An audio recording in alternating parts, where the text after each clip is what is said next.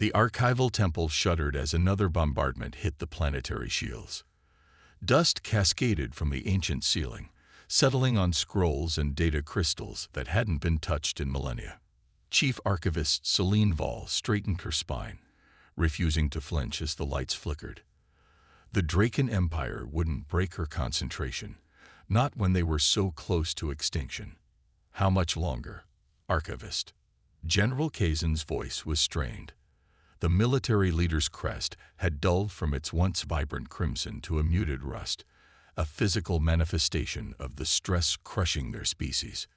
Patience, General, Celine murmured, her six-fingered hands dancing over the glyphing translation matrix. These texts predate our civilization. The language is complex. Around them, the last 7 members of the High Council watched in silence. Once, they had governed hundreds of star systems across the Cygnus Arm. Now they huddled in an underground temple while their last stronghold crumbled above. The Draken fleet has destroyed the outer defense ring, announced Councillor Then, the oldest among them. He didn't look up from his tactical display. Estimated time until planetary shield failure, 6 hours. Celine ignored them, focusing on the ancient stone tablet before her. Its surface was etched with symbols their ancestors had feared enough to bury beneath 50 meters of living stone, a temple that would seal itself if anyone attempted to remove the knowledge within. For good reason. There, she whispered as the final symbol clicked into place in her mind. I have it. Then tell us, Kazan demanded, talons clicking against his ceremonial armor. Is there a weapon described? Something we can use against the Draken? Celine looked up, her large eyes reflecting the dim blue emergency lighting. Not a weapon, General. Something worse. She took a breath. A human. The council chamber erupted in whispers. Most of the younger members looked confused, but Then's expression hardened. Impossible, the elder counselor hissed. The humans were sealed away 20,000 cycles ago. They don't exist anymore. Not sealed away, Celine corrected, scanning the translated text. Quarantined. By their own choice, it seems. They removed themselves from the galactic community after the War of Burning Stars. I don't understand, said Counselor Rhea, the youngest of them. What is a human? How could one being help against an empire? Then's voice dropped to a whisper. They are not to be trifled with. There's a reason their sector of space is forbidden, why even the most desperate refugees never flee toward the human territories. The tablet describes a summoning ritual, Celine continued, ignoring the interruption. A way to call a human champion in times of dire need. Our ancestors used it once, during the collapse of the First Coalition. And Kazan pressed. And they were so terrified by what came through that they sealed away the knowledge and swore never to use it again. Another impact rocked the temple. This time, a support column cracked, sending fragments of stone scattering across the ancient floor. We don't have a choice anymore, General Kazan said, his voice hardening with resolve. Either we try this summoning, or we accept extinction. The Draken don't take prisoners. They harvest genetic material and discard the rest. Celine looked around the room, at the last leaders of a civilization that had once spanned 1,000 worlds. Now they were cornered, desperate, out of options. Very well, she said finally. But I want it noted that I advised caution. Noted, Kazan replied grimly. Now tell us what we need for this ritual. The ritual chamber lay even deeper beneath the temple, untouched for millennia. The circular room was lined with crystals that had once gleamed, but now lay dormant and dusty. At its center stood a raised dais inscribed with symbols similar to those on the tablet. The ritual requires blood from a volunteer, Celine explained, consulting her translation notes. Someone who will serve as the anchor, the connection between our world and the human realm. Kazan stepped forward without hesitation. I volunteer. General, Counselor Then began. No. If we're summoning a weapon, it should answer to military authority. Celine wanted to explain that humans didn't answer to anyone, not according to the ancient warnings. But there wasn't time. The temple shook again, and this time emergency klaxons began to wail. "Shield integrity at 30%, announced the temple's eye. "Breach imminent. Begin the ritual," then ordered. Celine positioned Kazan on the dais, then took a ceremonial knife from the altar. The general extended his arm without flinching as she drew the blade across his palm. Purple blood welled up, dripping onto the ancient stone. "Repeat after me," she instructed, then began chanting in a language none of them had heard before. Harsh, guttural sounds that seemed to scrape against the air itself. Kazan repeated the phrases, his military precision giving the alien words a rhythmic quality. As the last syllable left his lips, the blood on the dais began to glow. The temperature in the chamber dropped precipitously. Frost formed on the walls, creeping across ancient stone in geometric patterns that looked disturbingly deliberate. The crystals lining the walls awakened, pulsing with a deep crimson light. "Is this supposed to happen?" Rhea whispered, her breath visible in the suddenly frigid air. Before Celine could answer, reality tore. There was no other way to describe it. The space above the dais split like fabric ripping, revealing not darkness but something worse, a writhing, churning absence that hurt to look at. The tear widened, stretched, and then a figure stepped through. It looked disarmingly simple after such a dramatic entrance. Bipedal, roughly the same height as the Velkorian council members, with smooth skin lacking both scales and crests. Its body was lean but muscular, dressed in form-fitting black material that seemed to absorb light. But its eyes were wrong.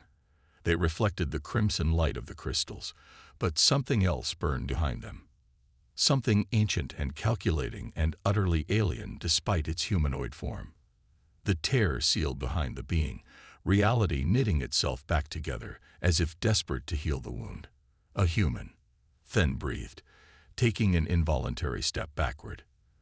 The human tilted its head slightly, studying them with those unsettling eyes. Then it spoke, its voice oddly melodic, yet carrying undertones that made Celine's scales prickle. "You called," I answered. The being's gaze locked onto Kazan. "You're bleeding." The general straightened, trying to project authority. "I am General Kazan Vor, Supreme Commander of the Velkorian Defense Forces. We summoned you because our civilization faces extinction." "I know," the human replied simply. "I felt your desperation across the void. It interested me." It looked around the chamber, taking in the ancient architecture. "You used old magic to call me. Dangerous." "We had no choice," Celine said, finding her voice. "The Draken Empire has conquered almost all our worlds. This is our last stronghold." The human's attention shifted to her, and Celine felt a chill that had nothing to do with the room's temperature. "And what payment do you offer for my intervention, Archivist?" Celine blinked in surprise. She hadn't introduced herself. "How do you know what I am?" A smile flickered across the human's face, an expression that didn't reach those burning eyes. "Your kind broadcasts your thoughts like beacons. I simply listen." Counselor Fenn stepped forward. "We can offer technology, resources." "I have no need for your trinkets or minerals," the human interrupted. "Knowledge. That is my price. Access to your archives, your histories, your understanding of how the galaxy has changed since my kind withdrew from it." Celine exchanged glances with the general. The archives were sacred, containing not just Velkorian knowledge, but data collected from hundreds of extinct civilizations. "Granted," Kazan said before she could object. "If you help us defeat the Draken." The human inclined its head slightly. "I will need to understand this enemy first. Show me your war." In the tactical center above the temple, the human stood motionless before the holographic displays, absorbing information at a rate that unnerved the Velkorian officers. It hadn't asked questions, hadn't requested clarification. It simply watched, those burning eyes tracking every detail of battle footage, ship schematics, and casualty reports. "The Draken used biotechnology," it finally said. "Interesting." Their ships are semi-sentient. Yes, General Kazin confirmed. They're grown rather than built. That makes them adaptable in combat. They learn from each engagement, which is why your conventional tactics have failed, the human observed. You fight as if against machines, with predictable patterns they can analyze and counter. Another impact shook the command center. The planetary shield flickered visibly through the armored windows. Shield integrity at 15%, the AI announced. The human turned to face them. I need to see them fighting up close. General Kazin frowned. The nearest Draken forces are already inside our defensive perimeter. To reach them, we'd have to... Perfect. The human's mouth curved into what might have been a smile on a Valkorian face, but looked predatory on its alien features. Prepare a strike team. Small, elite. I want to observe Draken tactics personally. That's suicide, objected Commander Lirin, Kazin's second-in-command. The enemy has air superiority. Any team leaving the shield perimeter would be obliterated. The human's gaze locked onto Lirin, who visibly flinched. You misunderstand, it said softly. I wasn't asking permission. An hour later, Celine stood in the hangar bay, watching as the human inspected the squad of Valkorian commandos. They were the best soldiers left in their military, veterans of 100 battles, survivors who had watched their homeworlds burn. And they were terrified of their new ally. The human refuses weapons, General Kazin reported, joining her at the observation platform. Says they'll only slow it down. It, Celine repeated. Don't you mean him? The human appears male. Kazin's expression was grim.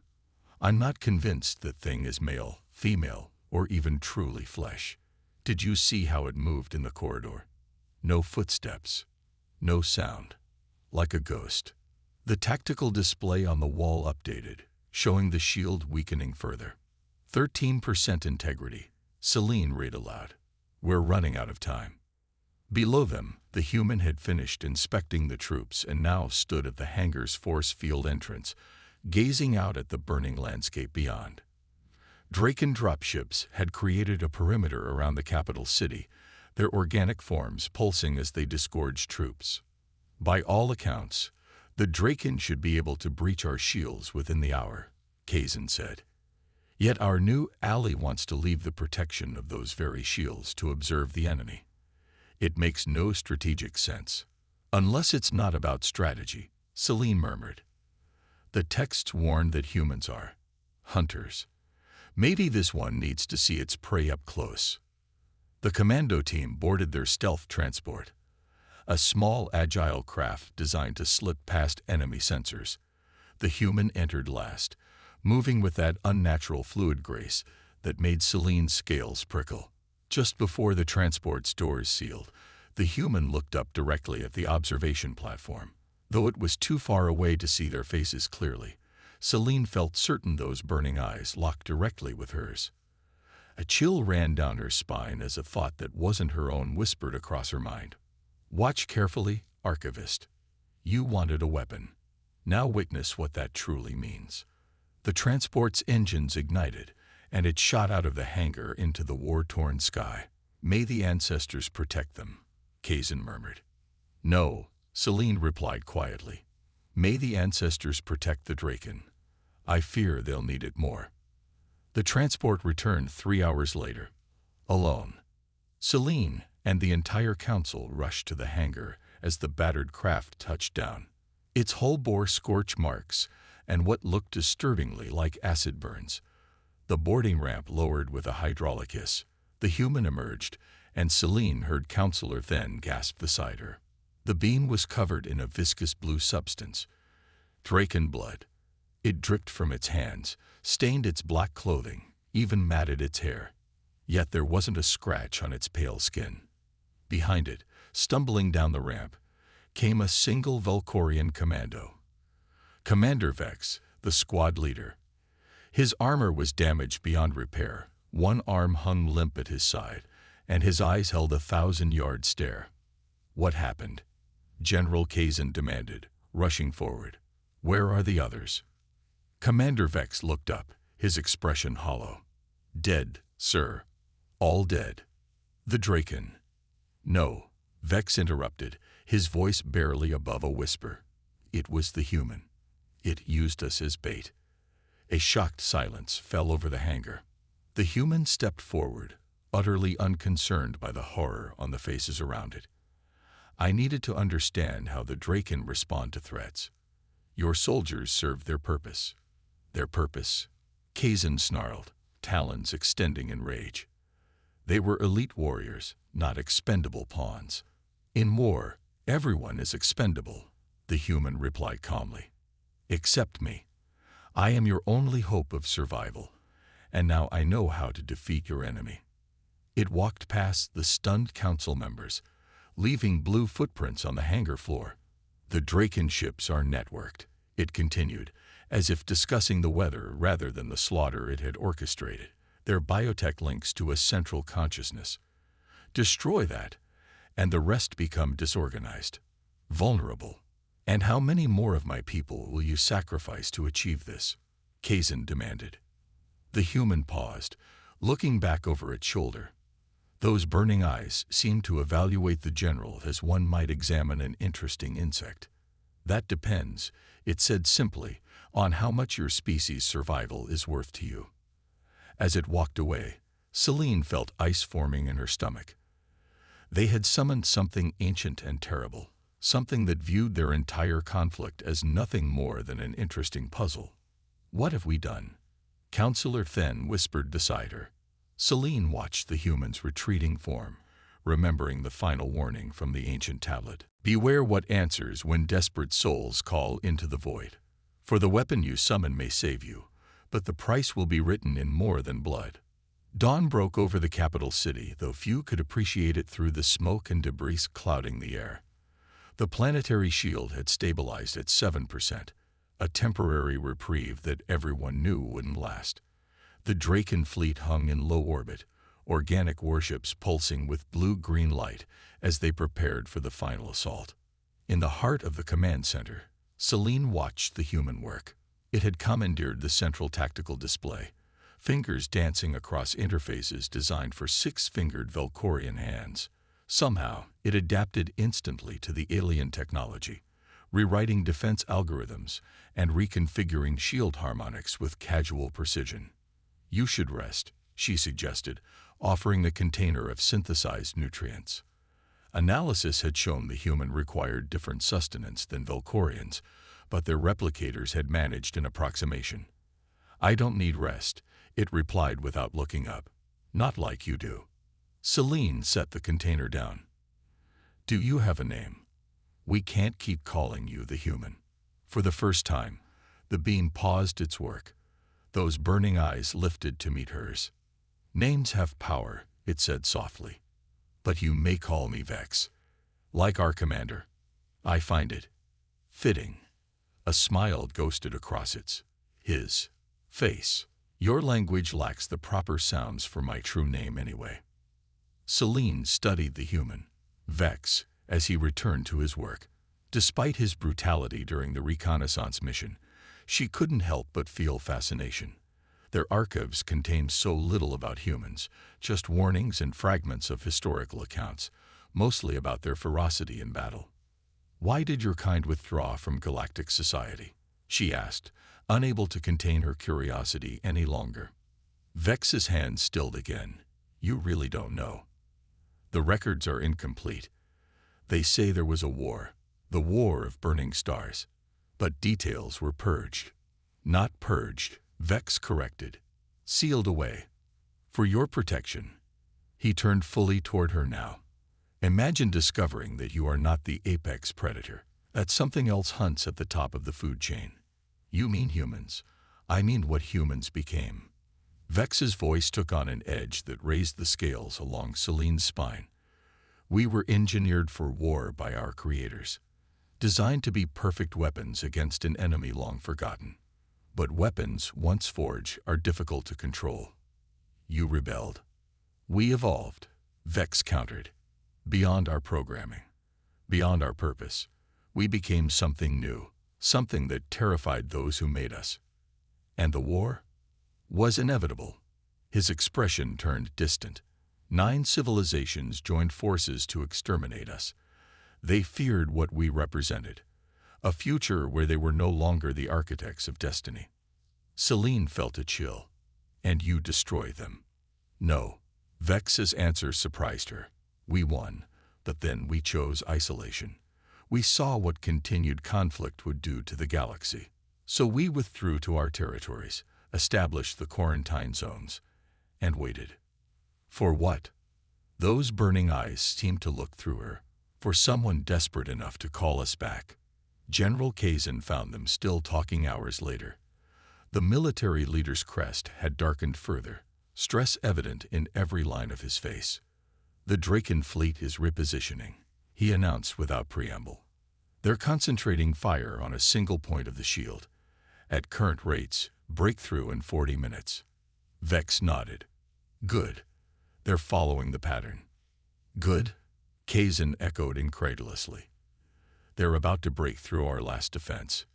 Yes, Vex agreed. Exactly where I want them. He gestured to the tactical display. The altered algorithms had shifted power to strengthen specific sections of the shield, deliberately leaving others vulnerable. You're creating a funnel, Celine realized, studying the pattern. A trap, Vex confirmed. The Draken ships are bioorganic, linked through a neural network. When they breach, they'll commit their forces to what they perceive as the weakest point. And then, Kazin demanded. And then, Vex replied, we spring the trap. The command center erupted into controlled chaos as the plan unfolded. Vex had requisitioned every remaining piece of military hardware, reconfiguring them into something new, something the Draken had never encountered before.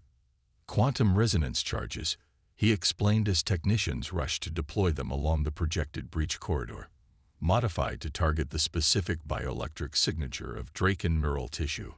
Where did you learn their biology? Celine asked, then immediately realized the answer. The reconnaissance mission. The slaughter. Vex met her gaze, something almost like respect in his expression. You understand now.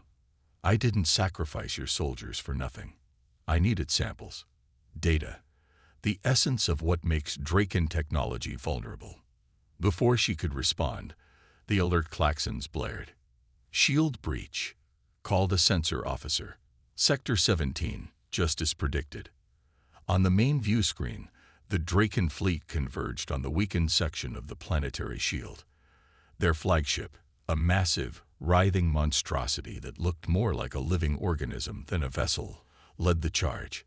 The shield parted like water before it, creating exactly the funnel Vex had designed. They're deploying dropships, Kazin reported. Ground forces inbound. How many? Vex asked calmly. All of them. They're committing their entire invasion force to the breach point. A cold smile touched Vex's lips. Perfect. He turned to the communications officer. Open a channel to the Draken flagship. The officer looked to General Kazin, who nodded reluctantly. Channel open, the officer reported moments later. Vex stepped forward, those burning eyes fixed on the image of the Draken vessel. When he spoke, his voice carried harmonics that made the command center's equipment vibrate. Attention Draken fleet, this is your only warning. Withdraw immediately or be destroyed. The view screen flickered, then resolved into the image of a Draken commander, a tall, insectoid being with compound eyes and chitinous armor. We do not negotiate with prey, the commander chittered. Your defenses are failing. Your military is decimated. Surrender now, and perhaps some genetic lines will be preserved in our archives. Vex's smile widened. You misunderstand. I wasn't negotiating. He turned to General Kazin. Activate the resonance charges. With a grim nod, Kazin gave the order. The effect was instantaneous and horrifying. The quantum charges, strategically placed throughout the breach corridor, activated simultaneously. There was no explosion, no visible weapon discharge, just a pulse of energy that rippled through the area. On the view screen, the Draken ships contorted. Their organic hulls rippled, bulged, then began to rupture from within. The Draken commander screamed, a high-pitched, chittering sound that cut off abruptly as its neural tissues liquefied. The flagship, still partially inside the shield breach, writhed in its death throes. Secondary explosions cascaded along its length as internal systems failed catastrophically. Behind it, the rest of the fleet suffered the same fate, ships twisting and tearing themselves apart, dropships falling from the sky like rain. In the command center, stunned silence reigned.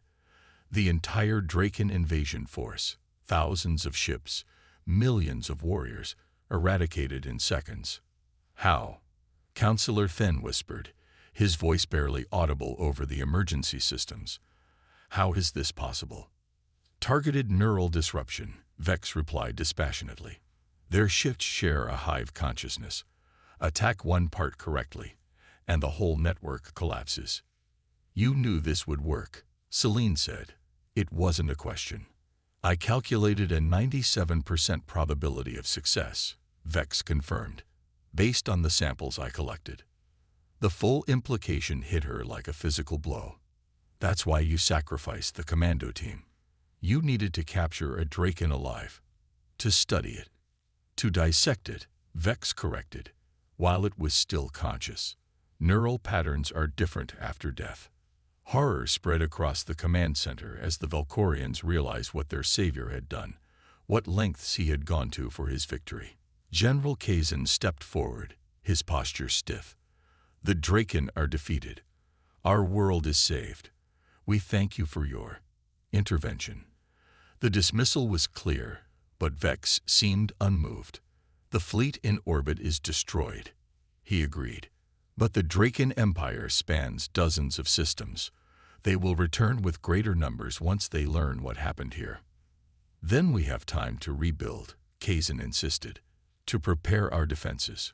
Or, Vex interrupted, we could take the fight to them. Celine felt a chill at his words. What are you suggesting? Your archives contain the coordinates of every Draken-controlled world. With modifications, the resonance technology could be deployed on a galactic scale. We could end the threat permanently. You're talking about genocide, Counselor Fenn said, aghast. I'm talking about survival, Vex countered. Yours, and possibly mine. Explain, Kazin demanded. Vex's burning gaze swept the command center. The summoning ritual binds me to this realm until my task is complete. I was called to save your civilization from extinction. The threat remains as long as the Draken Empire exists. So you would destroy an entire species? Celine asked. I would do what I was summoned to do, Vex replied. Thoroughly. The command center fell silent. Through the viewports, they could see the wreckage of Draken ships falling through the atmosphere, burning like meteors as they entered the upper atmosphere.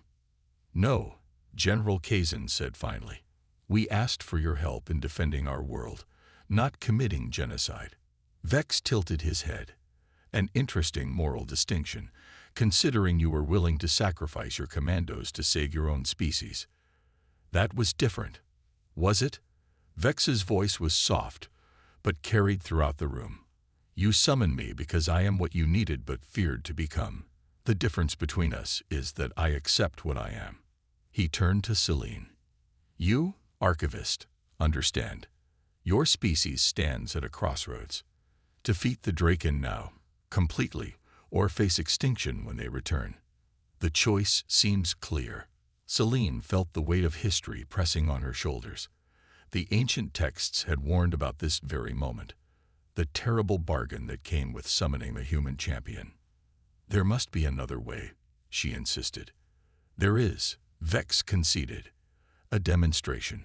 One so terrible that the Draken will never threaten you again. What kind of demonstration? Kazin asked warily. Give me a ship, Vex said, and the coordinates of their nearest major colony.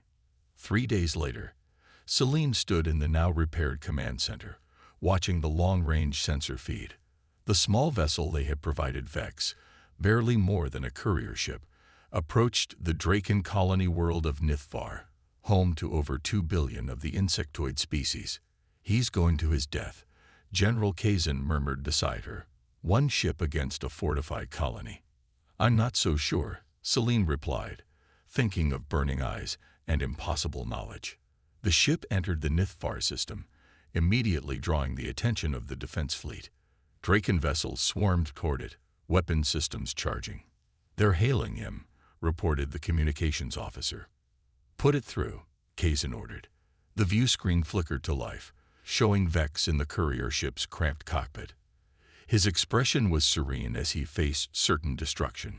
Human vessel, came the chittering voice of the Draken commander.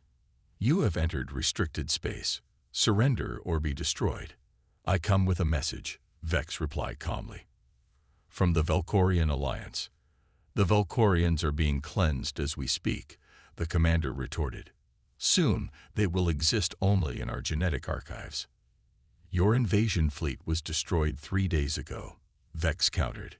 Every ship, every warrior. Their neural patterns disrupted by technology you cannot counter. A pause. Impossible. Check your long-range communications, Vex suggested. You'll find your fleet has gone silent. And now, I bring you a choice. The Draken ships tightened their formation around the tiny courier vessel. Withdraw from all Velkorian territories, Vex continued. End your expansion. Return to your core worlds and remain there. In exchange, you will be permitted to live. Chittering laughter filled the channel.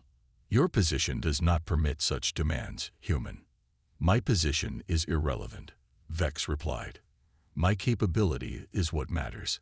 Allow me to demonstrate. Before anyone could react, Vex activated something on his console. The courier ship's engines flared, but rather than attempting to flee, they overloaded in a peculiar pattern. What is he doing? Kazan demanded. The answer came seconds later. The courier ship didn't explode. Instead, it released a pulse of energy similar to the resonance charges, but orders of magnitude more powerful. The pulse expanded outward, washing over the Draken defense fleet. And the ships began to die. Not just the ships, the colony below. The pulse continued expanding, covering the entire planet in seconds. On the sensor displays, Draken life signs flickered and vanished by the millions. By the ancestors, Fen whispered in horror. He's killing them all. Within minutes, it was done. 2 billion Draken, gone. An entire colony world, silenced. The courier ship, somehow unaffected by the pulse, turned and jumped to hyperspace, leaving devastation in its wake. He's coming back, Celine realized, feeling sick. He's coming back to us. The landing bay was ringed with heavily armed guards when Vex's ship returned. Not that it would matter if he decided to turn against them. They had seen what he was capable of.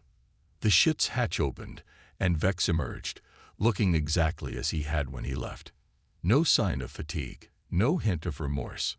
General Kazan stepped forward, flanked by the entire council. What have you done? What was necessary? Vex replied simply. A demonstration. You murdered billions, Celine said, her voice shaking. I saved trillions, Vex countered. Including your entire species. He gestured to a data crystal in his hand. This contains a message being broadcast throughout Draken space, a recording of what happened at Nithfar, along with technical specifications proving we can repeat it anywhere, anytime. You're bluffing, Counselor Fen accused. You can't possibly have that capability. Can't I? Vex's burning eyes held the counselor's gaze until the elder Velkorian looked away. The Draken won't take that chance.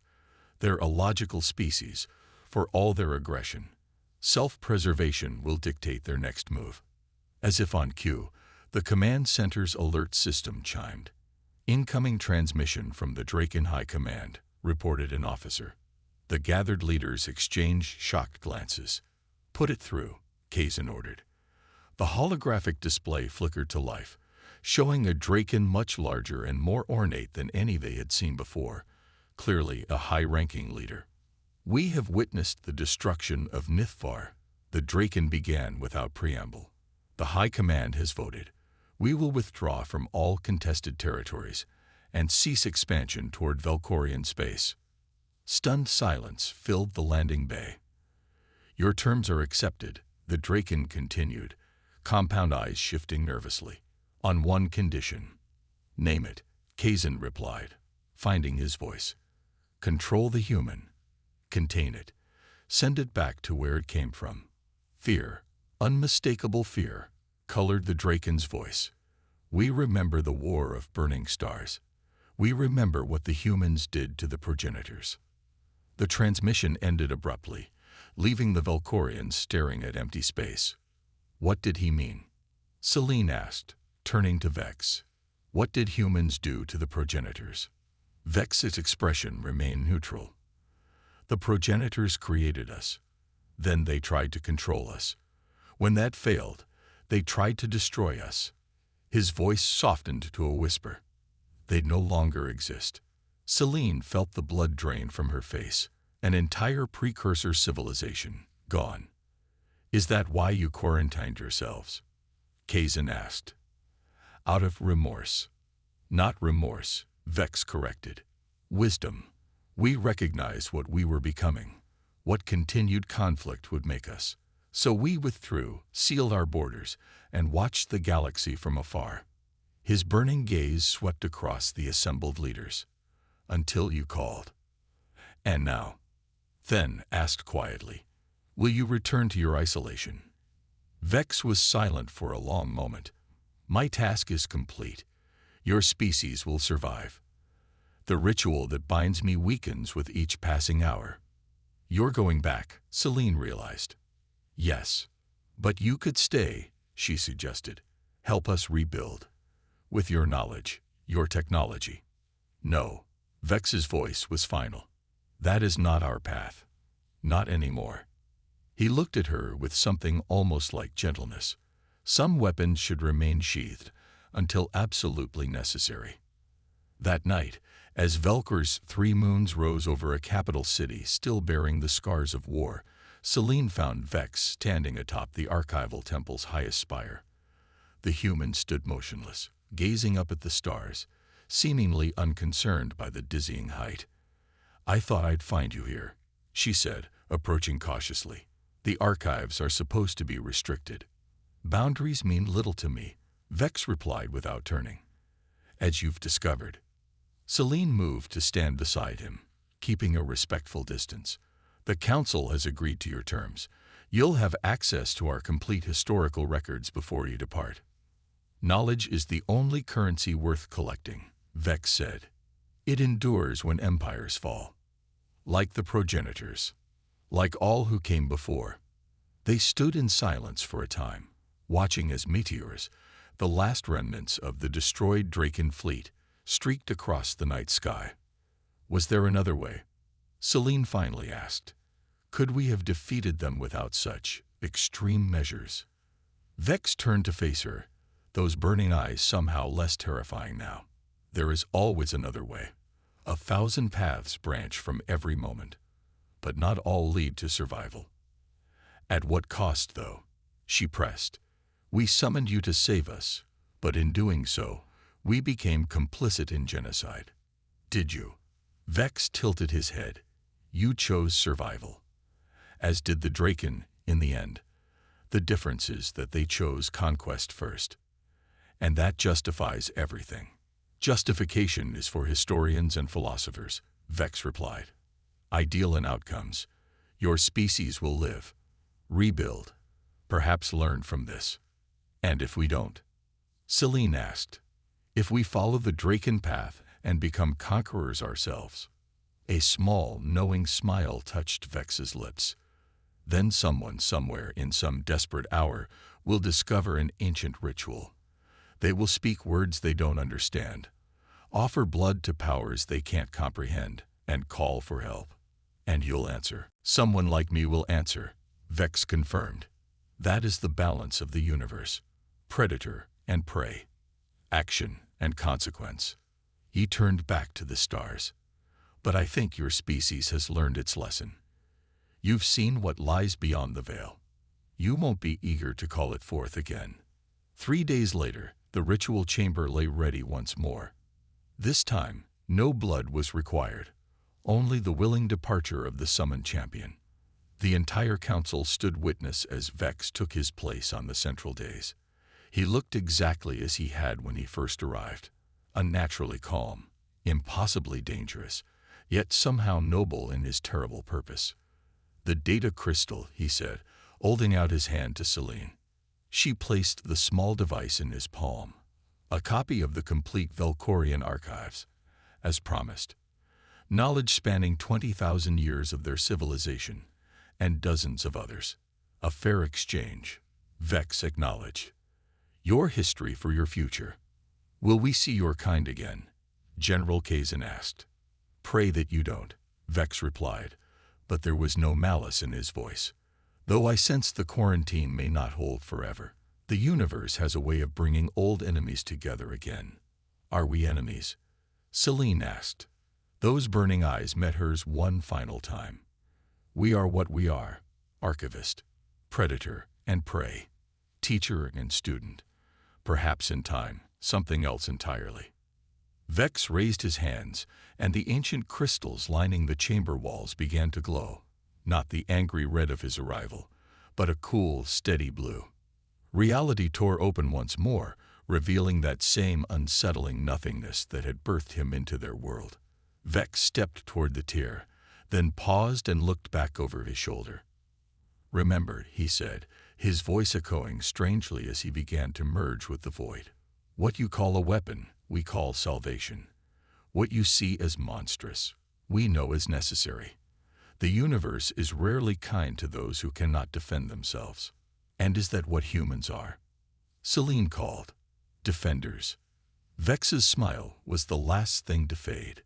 "No, archivist. We are what happens when defenders fail." The tear sealed itself with a sound like distant thunder, and the human was gone, returned to whatever realm his kind now inhabited. In the sudden silence of the chamber, General Kazan let out a long, slow breath. "Do you think we'll ever understand what he truly was?" Celine touched the data crystal hanging at her neck, a perfect copy of the one Vex had taken. The one containing everything they had learned about humans, including their encounter with Vex. "No," she said truthfully, "but I think we need to try. So that next time, if there is a next time, we'll know exactly what we're calling forth from the darkness." "And if there is no next time?" Counselor then asked. Celine gazed at the empty days where Vex had stood, where a being of impossible power had entered their world and changed everything. "Then will it become strong enough to face the universe alone," she said. "And that, I think, is what he truly wanted for us all along." Outside, beyond the temple walls, reconstruction had already begun. The Velkorian people moved through the rubble of their capital city, rebuilding what was lost, their faces turned not toward the ground, but toward the stars, where both danger and salvation waited in equal measure. For they had survived, and in surviving they had learned the most important lesson of all, that in a universe of predators, one must become neither prey nor monster, but something else entirely. Something new, something worthy of the stars themselves.